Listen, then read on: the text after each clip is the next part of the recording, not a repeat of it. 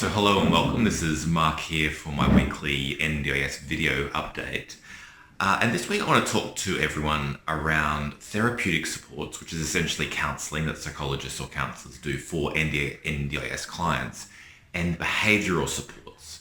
So behavioural supports are for people who've been identified as displaying difficult behaviour. And so under the new commission that's just come into place, the NDIS commission, they're very focused on these behavioural support plans, which are about a 50 to 55 page document. And if you are interested in seeing what one of these look like, I'll include a link in the comments section or in the description below. So really psychologists and counsellors to a certain extent, but definitely psychologists can provide therapeutic supports as well as the behavioural supports. Now there's a big difference between the two. If you want to do behavioural supports, you really have to be a bit of a specialist in this area, or it's got to be kind of your thing, because in addition to providing the behavioural support plan, which is about a 50 to 55 page document, you've got to report back to the NDIS Commission every month. So that's a lot of extra paperwork, and the fee is approximately $200. So if you're a psychologist, it's not really an extra fee. And what you'll need to do is, if they're in an accommodation place, you'll need to liaise with them, you'll need to train staff so that everyone's kind of on the same page in handling these difficult behaviours. Whereas if you're just doing the therapeutic supports, you don't need to really do any of this stuff. You obviously do all the normal legal requirements, which is a lot, but you don't have to do any of these extra stuff, such as the behavioural support plans, reporting back to the NDIS every month, having to liaise with a number of other key stakeholders.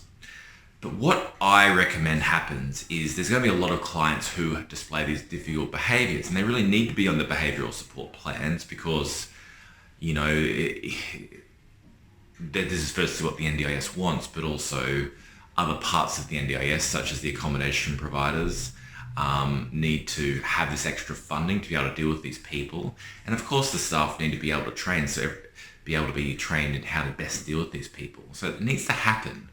So what I recommend happens is psychologists who are doing the therapeutic support, say with these difficult clients, and then you've got also the specialists who are doing the behavioural support plans, training the staff, reporting back to the NDIS. They can work kind of in unison with each other. So what I think is going to happen is they'll probably be working under, the one company, so to speak. Otherwise, I think it's too difficult for the one person to do it all. So that's kind of my insight into where everything's going. And also as a provider, as a company, if you want to do both, just realize that the auditing requirements to be a therapeutic supports provider as well as a behavioural supports provider is a lot greater than if you're just doing therapeutic supports.